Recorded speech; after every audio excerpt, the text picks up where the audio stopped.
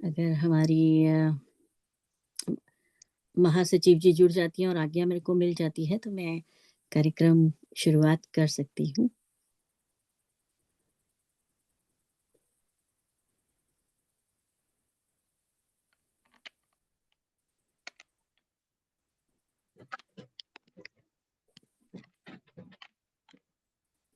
हमारे आज के अध्यक्ष महोदय भी जुड़ गए हैं।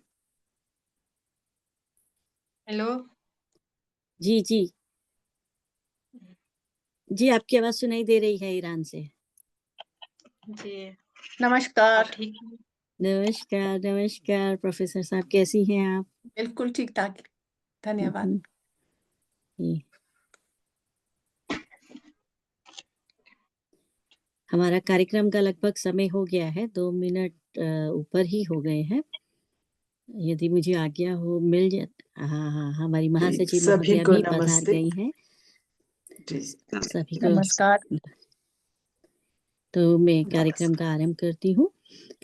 मैं डॉक्टर रितु शर्मा ननन पांडे आज इस मॉरिशस विश्व हिंदी सचिवालय मॉरिशस के कार्यक्रम में आप सभी का स्वागत करती हूँ। साथ ही भारत से कार्यक्रम की अध्यक्षता कर रहे हिंदी साहित्यकार व फिल्म समीक्षक डॉक्टर संजय अनंत जी, विश्व हिंदी सचिवालय मॉरिशस की महासचिव डॉक्टर माधुरी रामधारी जी, विश्व हिंदी सचिवालय मॉरिशस के उप महासचिव डॉक्टर शुभांकर मिश्र जी, संयुक्त अरब अमीरात से क्षेत्रीय कार्यालय एवं उत्कृष्टता केंद्र RO एवं CE केंद्रीय माध्यमिक शिक्षा बोर्ड CBSC के निर्देशक डॉक्टर रामशंकर जी, हिंदी आंदोलन परिवार महाराष्ट्र भारत के संस्थापक और अध्यक्ष श्री संजय भारद्वाज जी, संयुक्त राष्ट्र अमेरिका की हिंदी से प्यार है संस्था के संस्थापक श्री अनूप भार्गव जी, सिंगापुर के युवा भारतीय इंटरनेशनल स्कूल से हिंदी शिक्षिका पूजा चौबे जी, ईरान के एशियाई अनुसंधान तेहरान विश्वविद्यालय के प्राचीन भाषा और संस्कृति भारतीय अध्ययन विभाग की प्रोफेसर डॉक्टर फरजानेह आल आजम लौतफी जी, मॉरिशस के हिंदी सरस्वती हिंदी पाठशाला से मंगरा धनेश्वरी जी, कार्यक्रम में भाग लेने वाले प्रतिभागी हमारे छात्र व छात्राएं, सिंगापुर से मयूर मिश्रा जी, ईरान से बाहर मोहम्मदी तथा मॉरिशस से भाग लेने वाले छात्र हेमंत ध्रुवा धोरा जी, और आज हमारे इस आभासी पटल से जुड़े हुए, फेसबुक से जुड़े हुए और जूम से जुड़े हुए हमारे सभी दर्शकों का, मंच पे उपस्थित सभी अतिथियों का मैं हृदय से स्वागत अभिनंदन करती हूँ। जैसा कि है कि हमारी सहयोगी संस्थाओं का भी हमें धन्यवाद देना होता है, और हमारी सहयोगी संस्थाएं हैं विश्व हिंदी सचिवालय मॉरिशस, शिक्षा एवं मानव संसाधन मंत्रालय मॉरिशस एवं भारतीय उच्चायोग मॉरिशस के तत्वाधान में तथा युवा भारतीय इंटरनेशनल स्कूल सिंगापुर, एशियाई अनुसंधान केंद्र तेहरान विश्वविद्यालय ईरान, सरस्वती हिंदी पाठशाला मॉरिशस, हिंदी आंदोलन परिवार उबंटू भारत, अंतर्राष्ट्रीय हिंदी संगठन नीदरलैंड, क्षेत्रीय कार्यालय एवं उत्कृष्टता केंद्र RO एवं CE, केंद्रीय माध्यमिक शिक्षा बोर्ड CBSC दुबई, संयुक्त अमीरात और इंटेलिजेंट माइंड ट्रस्ट भारत के समन्वित सहयोग से आयोजित इस आभासी कार्यक्रम में पुनः आप सबका स्वागत है। और हमारे सभी अतिथि मंच पर उपस्थित हैं। अतिथि के हमारे आज के अतिथियों के स्वागत भाषण के लिए मैं विश्व हिंदी सचिवालय की महानिदेशक आदरणीय डॉक्टर माधुरी रामधारी जी को मंच पर आमंत्रित करती हूँ। स्वागत भाषण के लिए आदरणीय, मंच आपका है। हाँ, धन्यवाद रितु जी। सभी को नमस्ते। इस कार्यक्रम के अध्यक्ष महोदय डॉक्टर संजय अनंत जी, जो हिंदी साहित्यकार, फिल्म समीक्षक, प्रखर वक्ता, प्रसिद्ध ब्लॉगर और विमल साहित्य संस्थान के संस्थापक हैं। आपका परिचय मैं पढ़ रही हूँ तो बहुत अधिक जानकारियां उसमें हैं, जो विस्तार पूर्वक बाद में बहन रितु जी हम सबको प्रदान करेंगी। तो अभी के लिए डॉक्टर संजय अनंत जी का मैं आदर के साथ स्वागत करती हूँ। और साथ में हमारे साथ जुड़ी हैं सिंगापुर के युवा भारतीय इंटरनेशनल स्कूल से श्रीमती पूजा चौबे जी और उनके छात्र मयूर मिश्रा जी। आपको इस मंच पर लाने के लिए हमें हमेशा की तरह डॉक्टर रमाशंकर जी का सहयोग प्राप्त होता है और उनके सहयोगी हरिकमल जी। मैं हर बार इन दोनों के नाम बहुत ही सम्मान के साथ लेती हूँ, क्योंकि मुझे कहने की भी आवश्यकता नहीं पड़ती है। नियमित रूप से वे अलग अलग देशों के हिंदी शिक्षकों और विद्यार्थियों के नाम बिल्कुल समय से पहले ही, समय पर नहीं अपितु समय से बहुत पहले ही हमें प्रेषित कर देते हैं और शिक्षक स्वयं हमसे संपर्क करते हैं। पूजा जी कई दिनों से संपर्क कर रही हैं और हमारी बातचीत हो रही है। बहुत खुशी है कि आज मैं आपका इस मंच पर स्वागत कर रही हूँ और आपने अपने विद्यार्थी मयूर मिश्रा को भी इस कार्यक्रम के लिए तैयार किया। इसके लिए पूजा जी को मैं धन्यवाद भी करती हूँ। इसके बाद ईरान के तेहरान विश्वविद्यालय में एशियाई अनुसंधान केंद्र की निदेशक डॉक्टर फरजाने आजम लोटफी जी का मैं स्वागत करती हूँ। डॉक्टर लुत्फी जी का परिचय मुझे तंजानिया की अपनी एक बहुत ही प्रिय सखी के माध्यम से प्राप्त हुआ और उनका भी मैं नाम लेना चाहूंगी, क्योंकि हृदय से मैं धन्यवाद करना चाहूंगी श्रीमती सविता तिवारी जी का, जिन्होंने मुझे प्रोफेसर फरजाने जी से परिचित कराया। और पहली बार जब मैंने उनसे बातचीत की तो हर 2 दिन पर फिर से बातचीत करने का मन कर रहा था, क्योंकि आप अभी कुछ समय बाद स्वयं सुनेंगे डॉक्टर फरजाने जिस ढंग से हिंदी में बात करती हैं, आप सुनते ही रह जाएंगे। मैं ज्यादा नहीं कहूंगी, बस धैर्य धारण करें, उनका वक्तव्य अभी हम कुछ समय में सुनेंगे। और साथ में डॉक्टर फरजाने जी ने अपनी छात्रा बहार मोहम्मदी को भी आमंत्रित किया है। बहार मोहम्मदी जी एमए की पढ़ाई कर रही हैं और आज वे प्रेमचंद के साहित्य पर बात करेंगी। प्रेमचंद का साहित्य उन्हें क्यों प्रिय है और हिंदी साहित्य में आगे वह क्या पढ़ना चाहेगी, यह बहार हम सबको बताएंगी। मैं स्वागत करना चाह रही हूँ मॉरिशस की सरस्वती हिंदी पाठशाला की अध्यापिका श्रीमती धनेश्वरी मंगरा जी का और उनके विद्यार्थी हेमंत ध्रुव धोरा जी का भी। मॉरिशस की सरस्वती हिंदी पाठशाला में कई दशकों से कार्यरत हैं मॉरिशस के बहुत ही समर्पित हिंदी शिक्षक और हिंदी साहित्यकार श्री धनराज शंभू जी। और श्री धनराज शंभू जी के ही मार्गदर्शन में सरस्वती हिंदी पाठशाला की अध्यापिकाएं एवं अध्यापक हर रविवार को हिंदी पढ़ाते हैं। और इन्हीं अध्यापिकाओं में से एक हैं धनेश्वरी मंगरा जी, जिन्हें पढ़ाने का मुझे भी अवसर प्राप्त हुआ था। महात्मा गांधी संस्थान से आपने हिंदी में डिप्लोमा, बीए, पार्ट टाइम आदि अनेक स्तरों पर हिंदी का अध्ययन किया। प्राथमिक पाठशाला में आप अध्यापिका हैं और साथ ही मॉरिशस में जिसे हम बैठका कहते हैं, पूर्वजों ने जिस बैठका की स्थापना की थी उस बैठका की अनेक शाखाएं और अनेक पाठशालाएं मॉरिशस के कोने कोने में स्थित हैं। उन्हीं में से एक पाठशाला है सरस्वती हिंदी पाठशाला, जहां पर हर रविवार को बहुत ही समर्पित रूप से बहन जी धनेश्वरी मंगरा हिंदी साहित्य पढ़ाती हैं। और उन्हीं का छात्र हेमंत ध्रुव दोरा। हेमन मॉरिशस विश्वविद्यालय में आईटी का छात्र है, परंतु आईटी के क्षेत्र में गहराई से अध्ययन करने के साथ साथ वह रविवारीय सप्ताहांत हिंदी पाठशाला, हिंदी सरस्वती पाठशाला में हिंदी साहित्य भी पढ़ता है। केवल पढ़ता ही नहीं है, अपितु जब तब उसे पढ़ाने का भी अवसर प्राप्त होता है और इस अवसर का लाभ उठाते हुए वह बच्चों को हिंदी साहित्य का परिचय भी देता है। हेमन जैसे युवक के कार्य को देखकर और हिंदी के प्रति प्रेम और लगन को देखकर मैं स्वयं बहुत ही अभिभूत हूँ और गर्व की अनुभूति करती हूँ। हेमंत ध्रुव दोरा का मैं हृदय से स्वागत करती हूँ।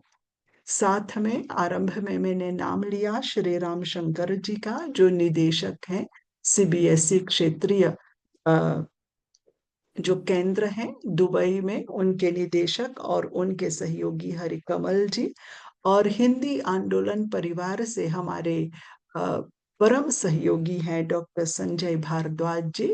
इन सब के समन्वित सहयोग से ही यह कार्यक्रम सुचारू रूप से चल रहा है और बहन रितु जी के नाम के साथ ही मैं यह कार्यक्रम आरंभ करती हूँ और उन्हीं के नाम के साथ मेरा वक्तव्य समाप्त होता है हर कार्यक्रम में। तो बस मैं आरंभ में और अंत में उनका नाम लेती हूँ, यही प्रमाणित करता है कि वे हर क्षण साथ दे रही हैं और सभी कार्यक्रमों के आयोजन में और संचालन में भी उनका सहयोग बना हुआ है। तो बहन रितु जी का मैं क्या स्वागत करूं, उन्हीं से मैं सबका स्वागत कराती हूँ। और साथ में विश्व हिंदी सचिवालय के हमारे सभी अधिकारियों का मैं स्वागत करती हूँ, विशेषकर प्रकाशवीर जो वरिष्ठ सहायक संपादक हैं विश्व हिंदी सचिवालय की 3 पत्रिकाओं का, विश्व हिंदी पत्रिका, विश्व हिंदी साहित्य और विश्व हिंदी समाचार, तीनों पत्रिकाओं के वरिष्ठ सहायक संपादक प्रकाशवीर जी का मैं स्वागत करती हूँ, जो इस समय हमें तकनीकी सहयोग प्रदान कर रहा है।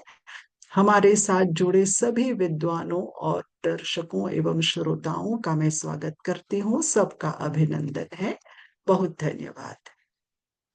आदरणीय, आपने बहुत ही रोचक जानकारी के साथ हमारे अतिथियों का इतने मधुर स्वर में, इतने मधुर भाषण से स्वागत किया। इसके लिए हम आपको कोटिश धन्यवाद देते हैं और कार्यक्रम को बढ़ाते हैं। लेकिन कार्यक्रम को बढ़ाने से पहले मैं आप सभी से एक निवेदन करना चाहूँगी कि समय आप सबका भी बहुत कीमती है, हमारा भी कीमती है।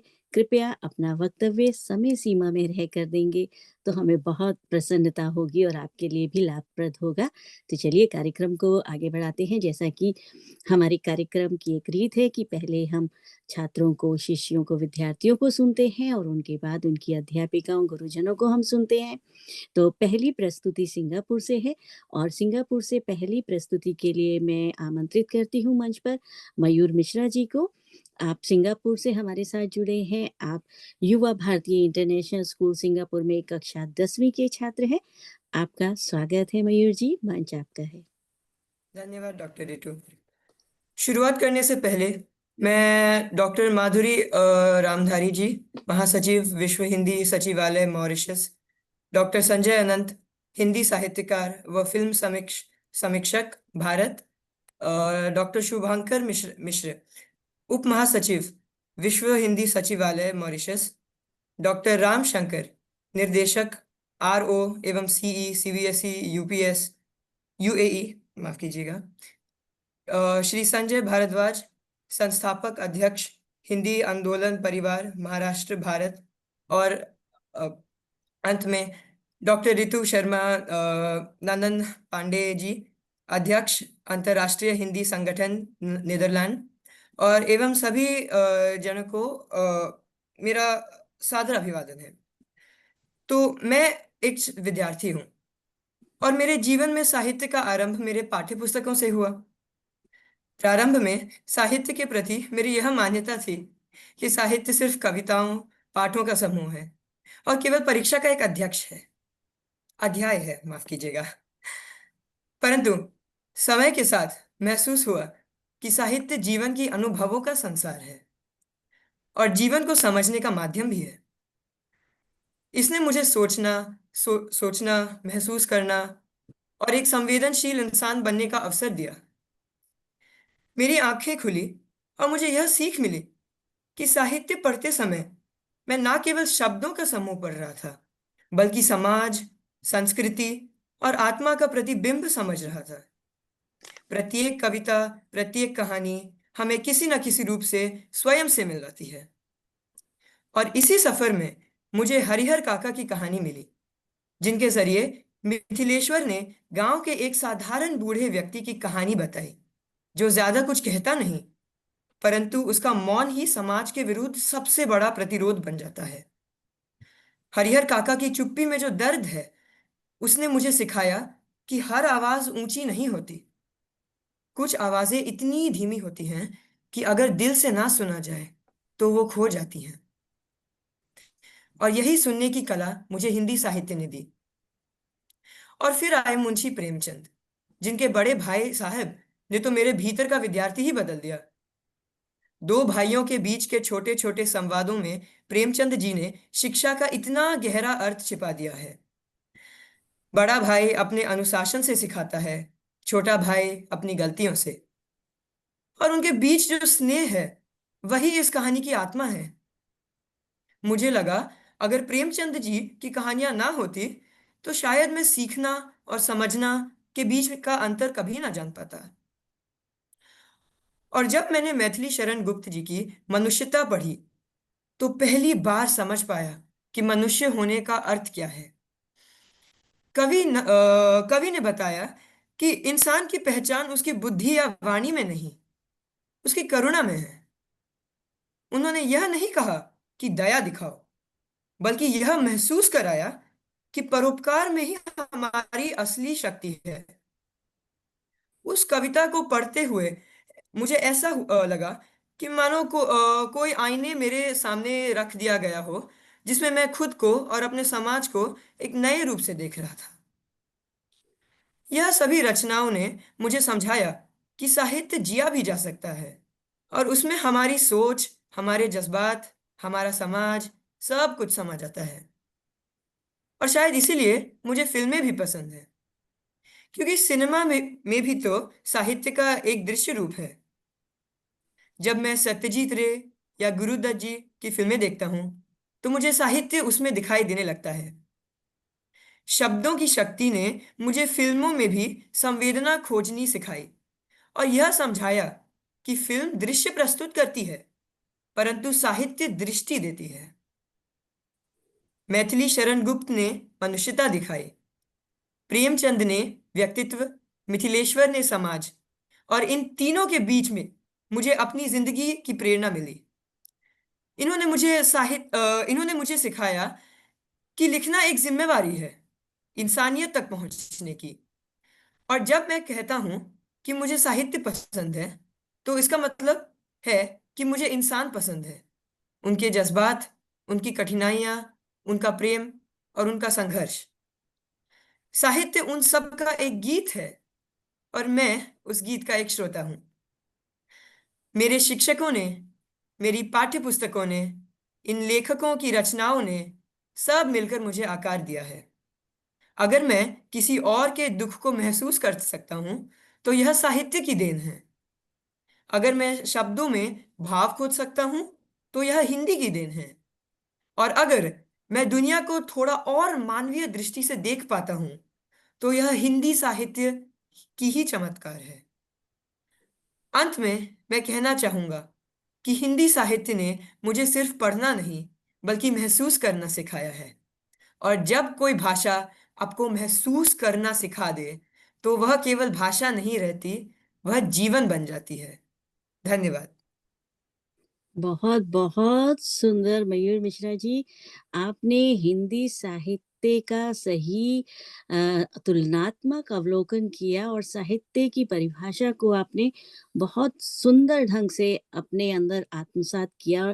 जैसा कि साहित्य का अर्थ ही है जो सबके हित के लिए लिखा जाए, और आपने प्रेमचंद, मैथिली शरण जी से और बाकी साहित्यकारों से जो सीखा और हिंदी भाषा से जो सीखा, उसका बहुत ही सुंदर तुलनात्मक समीक्षा हमारे सम्मुख प्रस्तुत की है। आपको बहुत बहुत साधुवाद। और अब हम आगे चलते हैं अगली प्रस्तुति के लिए, और अगली प्रस्तुति के लिए हम ईरान चलते हैं। ईरान से हम आमंत्रित करते हैं मंच पर बहार मोहम्मदी को। बहार मोहम्मदी ईरान के एशियाई अनुसंधान केंद्र तेहरान विश्वविद्यालय ईरान में एमए की छात्रा हैं। आपको मंच पर आमंत्रित किया जाता है। मंच पर आपका स्वागत है।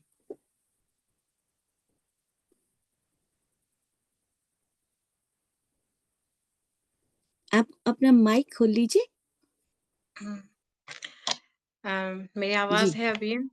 जी। सबसे पहले सबको ईरान से मैं सलाम बोलती हूँ और सबसे पहले तो मैं अपने प्रोफेसर डॉक्टर फरजाना लुत्फी को बहुत शुक्रगुजार हूँ कि उसने मुझे ये रास्ता दिखाया। उसने मुझे हिंदी से बहुत जानबूझ दिया और मुझे सिखाया कि हिंदी ना सिर्फ एक लैंग्वेज है, बल्कि इस हिंदी में आप अपने आप को भी जान सकते हो। और मैं सच में इस डॉक्टर फरजाना लुत्फी को बहुत शुक्रगुजार हूँ। उसने मुझे हिंदी की जो कल्चर सिखाया, हिंदी की जो लैंग्वेज बताया और मुझे सिखाया कि गलत करना या for example if you do any mistake it's no problem for and she taught me that अगर कोई बच्चा जब तक ना गिरे तब चलना नहीं सीख सकता। तो और उसने मुझे ये पीस दिखाया। उसने मुझे सिखाया कि कितना एक क्लास कितने उस फैमिली फील कर सकते हैं हम, कितना फैमिली टाइप हो सकते हैं। एक माँ, एक बेटी, 2 बहन, सब कुछ उस डॉक्टर लुत्फी ने मुझे हिंदी क्लास में सिखाया। उसने मुझे हिंदी कल्चर सिखाया मुझे क्लास में और बहुत जानकारी दी मुझे, specially Hindi traditions, Hindi culture, Hindi styles and बहुत शुक्रगुजार हूँ। और अभी जब उसने मुझे प्रेमचंद के बारे में बताया, तो जब उसके बारे में मैंने किताबें पढ़ी, उसके बारे में मैंने इंट्रोडक्शन पढ़ी, तो मैंने देखी कि कितना किताब पढ़ने से, प्रेमचंद की किताब पढ़ने से कितना हम फ़ील कर सकते हैं कि कितना फैमिली कल्चर इंडिया में कितना पेनफुल या फॉर एग्ज़ाम्पल कितना डिफरेंस है या कितना while reading the book you feel that how people in India stay, how they are living, how their culture is and उसकी किताब में सब कुछ सच उसने बताया। तो it was full of reality in his book and it made me much more interesting to learn in Hindi, and I really apologize that my Hindi is not as much good as you are, and this is how a little bit I feel jealous that काश मेरी भी हिंदी आप जैसे अच्छी थी, लेकिन फिर भी and to learn Indian culture, to learn Indian society. This writer Premchand was very good, and it shows us the feeling while reading his books and his introduction. We learn how people feel in India, and we don't feel some spacefully. We feel that it is in our house, it's in our family. The pain, we feel the pain, we feel the talkings and all. And first of all, before going to Premchand, I would like to really say that how my professor, Dr. Lutfi, actually taught me how to learn Hindi. And actually, in my opinion, Hindi was very tough language. But while she became my professor and she showed me how you can do some mistakes, uh, how you can learn easily while watching movies, you can learn much more better. And this was very kind. I'm really very kindful to her, and thanks for all that you give your time, your precious time for me to uh, say my own feelings about the Indian culture, Indian traditions, and I really appreciate Indians and especially Dr. Lutfi.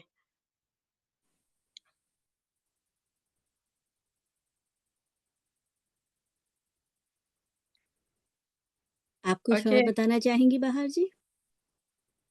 नहीं, सब ये कि Indian किताबें पढ़ने से अब मेरी feelings सब चीज़ ऐसा ऐसा होता है कि एज़ इफ मैं इंडिया में हूँ, एज़ इफ मैं अपने परिवार के बारे में पढ़ती हूँ, या जब मैं इंडियन मूवीज़ देखती हूँ, specially tradition movies, specially old movies, I really feel that a they are talking in my own language. They are talking about my own pain. They are talking about my own life, and I can really feel it.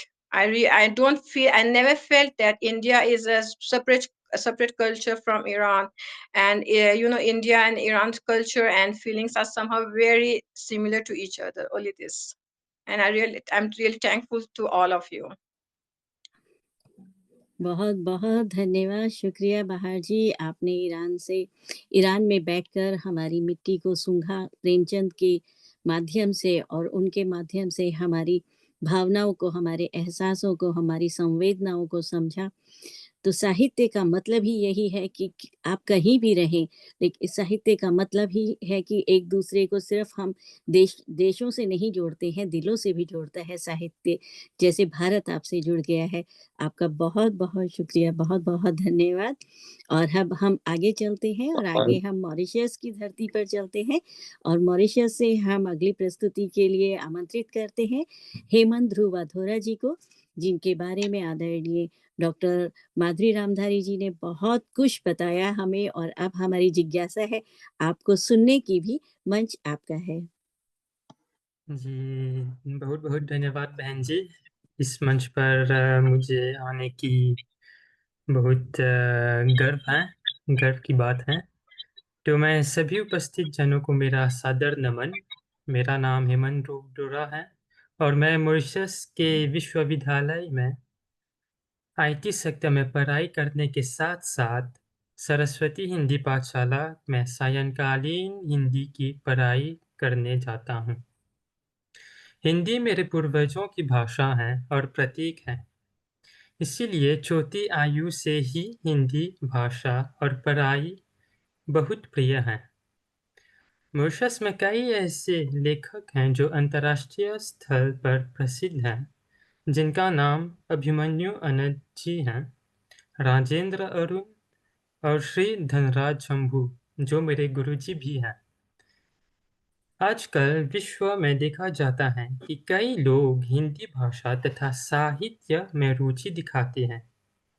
पुरानी महाग्रंथ, कहानी, कविता को पढ़कर या सुनकर कई प्रकार के दार्शनिक चलचित्र बनाते हैं। हिंदी साहित्य में बहुत कवि हैं, अपितु मेरे प्रिय कवि तुलसीदास जी हैं।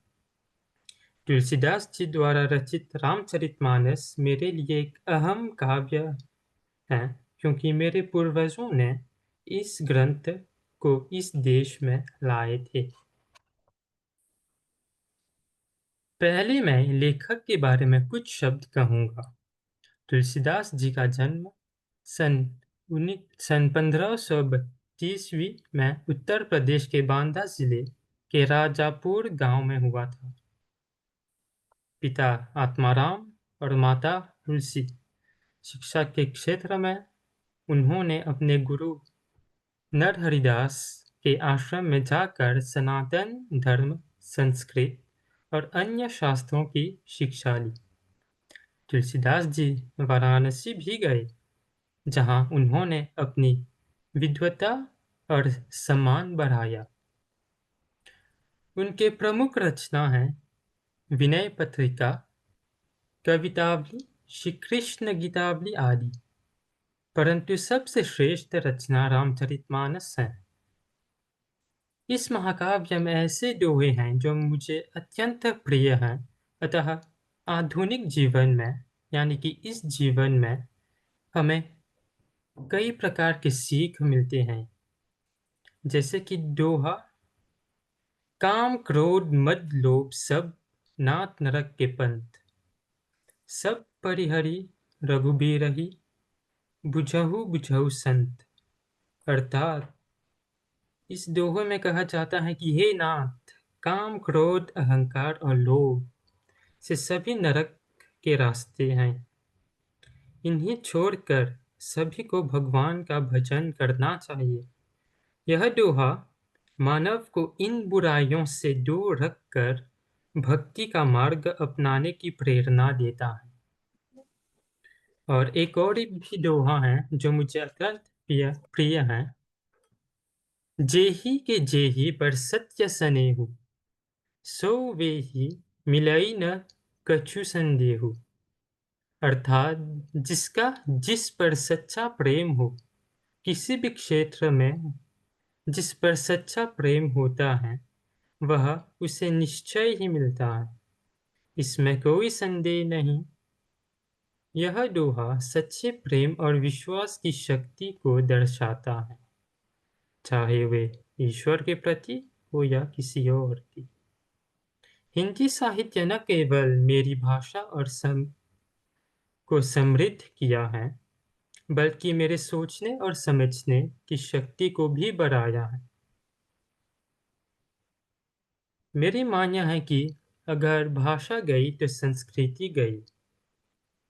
हिंदी है पहचान हमारी, हिंदी हम सब की परिभाषा। आप सभी के ध्यान के लिए धन्यवाद कहता हूँ। बहुत बहुत सुंदर हेमंत ध्रुव दोहरा जी, आपने बहुत सुंदर शब्दों में साहित्य किस तरह से आपने आत्मसात किया और अपने पूर्वजों की धरोहर को आपने किस तरीके से संभाल रखा है।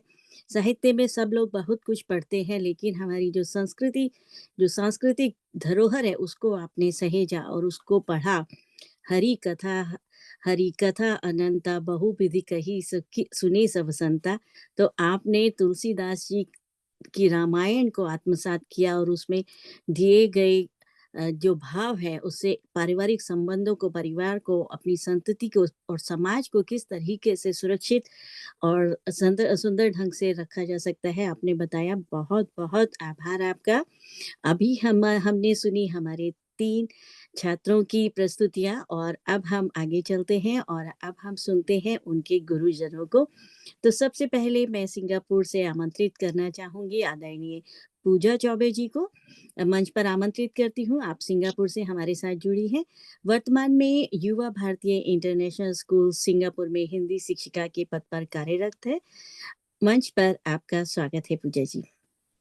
धन्यवाद ऋतु जी। और सबसे पहले मैं माधुरी जी को धन्यवाद देना चाहूंगी मुझे ये अवसर प्रदान करने के लिए। और जो विषय है वो इतना प्रासंगिक है कि अभी इसके विषय में सबसे ज्यादा परिचर्चा की जा सकती है। क्यों? क्योंकि हिंदी साहित्य के विषय में रुचि पर अगर मैं बात करूं और अगर मैं अपने बचपन यानी 90 के दशक की बात करूं तो साहित्य मनोरंजन का एक बहुत बड़ा साधन हुआ करता था, हमारे जीवन का एक हिस्सा था। जब हमारे घर में हमारी सुबह की शुरुआत ही होती थी या तो रामचरितमानस की चौपाई या कबीर के दोहे से। और उसके बाद अगर हम आज की पीढ़ी की तुलना करें तो आज की पीढ़ी के पास मनोरंजन के कई साधन हैं, चाहे वो मोबाइल फोन हो या लैपटॉप हो या सोशल मीडिया हो। और आज के समय में अगर छात्रों के लिए साहित्य के प्रति रुचि की बात करें तो वो रुचि कहीं ना कहीं सोशल मीडिया से जुड़ जाती है। आज के छात्र सबसे पहले रील स्क्रॉल करना जानते हैं। ध्यान केंद्रित करने के लिए उनके पास 5 से 10 मिनट ही होता है। सभी छात्रों की बात तो नहीं कर सकते, पर हाँ, अगर हम ज्यादातर अमूमन छात्रों की बात करें तो अगर हिंदी साहित्य के प्रति रुचि में चुनौतियों की बात करें तो सबसे बड़ी चुनौती आज के समय पर हमारी तकनीकी शिक्षा है, सोशल मीडिया है। अब अगर आज की पीढ़ी को साहित्य के प्रति रुचि के लिए जागरूक करना है तो सबसे बड़ी चीज है कि हमें भी उसी तकनीकी शिक्षा का सहारा लेना पड़ेगा। सोशल मीडिया एक ऐसा मंच है, उसको हम कभी भी उसकी उपेक्षा नहीं कर सकते, हमें छात्रों को उससे जोड़ना होगा। और जब मैं अपनी कक्षा में अध्यापन का कार्य करती हूँ तो ज्यादातर कोशिश ये करती हूँ कि मैं छात्रों को उनके निजी अपने अनुभवों से और साहित्य के जो छोटे छोटे बारीकियां हैं उनसे जोड़ना सिखाऊं। जैसे बड़े भाई साहब पाठ, मुंशी प्रेमचंद, गृह कार्य की समस्या या समय सारणी तो बनाया जाता है, हर छात्र बनाता है परीक्षा से पहले। पर जैसे मुंशी प्रेमचंद पालन नहीं कर पाते थे, शायद हमारे भी अधिकतर छात्र उसका पालन नहीं कर पाते। या फिर पाठ सपनों के से दिन, उसमें जिस तरह से लेखक ने बचपन और बचपन के खेलों के विषय को जोड़ा है, या गर्मी की छुट्टियों में मिलने वाले गृह कार्य को जोड़ा है, छात्र अपने निजी अनुभव से सीख सकते हैं। साथ ही एक बहुत अच्छा तरीका है कि कई ऐसे जो उसमें हमारे पाठ्यक्रम में पाठ हैं जिनपे कई अच्छे अच्छे चलचित्र बने। जैसे एक पाठ है तीसरी कसम, जिसको शैलेंद्र ने लिखा है, और जब तीसरी कसम की कहानी सुनाई गई और एक सामान्य नाचने वाली महिला को एक भोले से गाड़ीवान ने देवी का सम्मान दिया, तो वो छात्रों को बहुत पसंद आया और पहली बार छात्रों ने रुचि दिखाई। वैसे ही तीसरी कसम के लेखक फणीश्वर नाथ रेणु, उनके विषय में छात्रों ने जाना। या फिर एक फिल्म है गाइड, तो गाइड के लेखक है मुल्क राज आनंद। तो गाइड की कथा जब सुनाई तो पहली बार छात्रों में रुचि हुई कि ये कौन सा चलचित्र है और उसे देखेंगे तो कैसा लगेगा। तो फिल्में भी साहित्य का आईना होती हैं।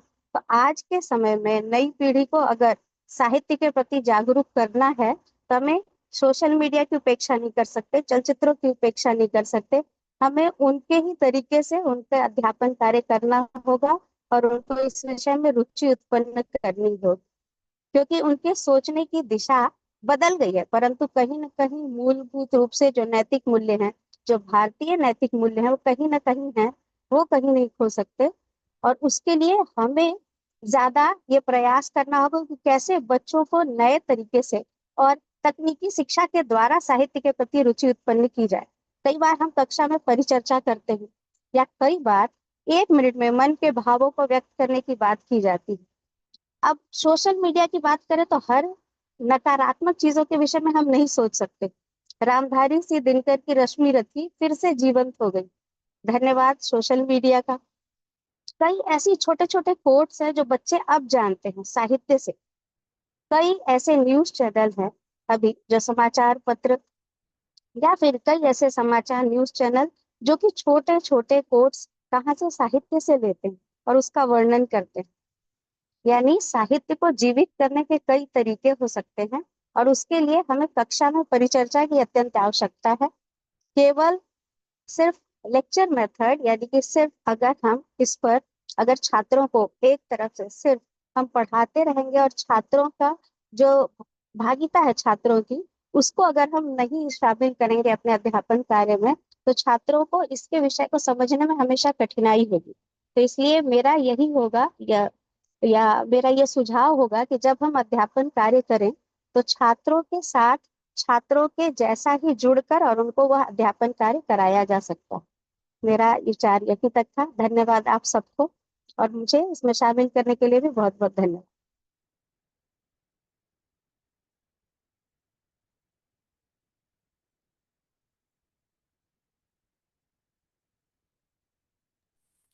बहुत बहुत आभार पूजा जी, आपने बहुत सुंदर शब्दों में बताया कि वर्तमान की जो पीढ़ी है, यदि उन्हें साहित्य से जोड़ना है तो हमें संचार के साधनों का सहारा लेना चाहिए।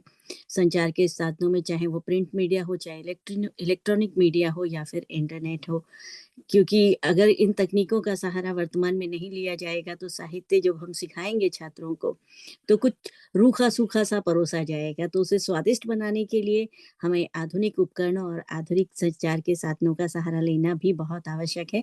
आपने बहुत ज्ञानवर्धक रोचक भाषा वक्तव्य हमारे दर्शकों के समक्ष प्रस्तुत किया, बहुत बहुत धन्यवाद। तो चलिए अब हम आगे चलते हैं और आगे हम सिंगापुर से सीधा हम चलते हैं ईरान की तरफ, और ईरान से मैं मंच पर आमंत्रित करना चाहूँगी डॉक्टर फरजान अहमद लताफ़ी को। आपका मंच पर स्वागत है। आप एशियाई अनुसंधान केंद्र तेहरान विश्वविद्यालय ईरान में प्रोफेसर हैं। प्राचीन भाषा और संस्कृति भारतीय अध्ययन विभाग के विभागाध्यक्ष के रूप में काम कर रही हैं। आपने भारतीय एवं उर्दू भाषा में 10 पुस्तकें लिखी हैं। आपने 30 से अधिक अंतर्राष्ट्रीय सम्मेलनों में भाग लिया है तथा उपनिषद अध्ययन के क्षेत्र में आपकी पुस्तक डिवाइन विजन लंदन में प्रकाशित हुई है। वक्तव्य के लिए मंच पर आपका स्वागत है डॉक्टर फरजान आजम लताफ़ी। धन्यवाद। दुनिया भर के हिंदी प्रेमियों को ईरान से मेरा सादर प्रणाम, नमस्कार और सम्मान। अब मैं ये चाहती हूँ कि हिंदी अनुसार और हिंदी संस्कृति के हिसाब से उसी के अनुसार अपनी विचार को प्रस्तुत करूं। ओम सर्वे भवन्तु सुखिनः, सर्वे सन्तु निरामयाः, सर्वे भद्राणि पश्यन्तु, मा कश्चित् दुःखः भाग भवेत्।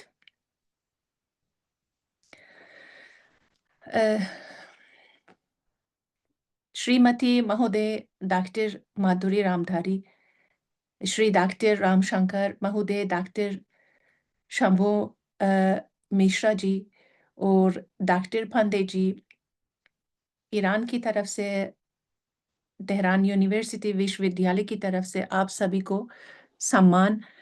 और मुझे मॉरिशस की धरती पर जो मुझे अवसर जो मिला है उसके लिए बहुत आभारी हूँ, स्पेशली डॉक्टर माधुरी रामधारी से।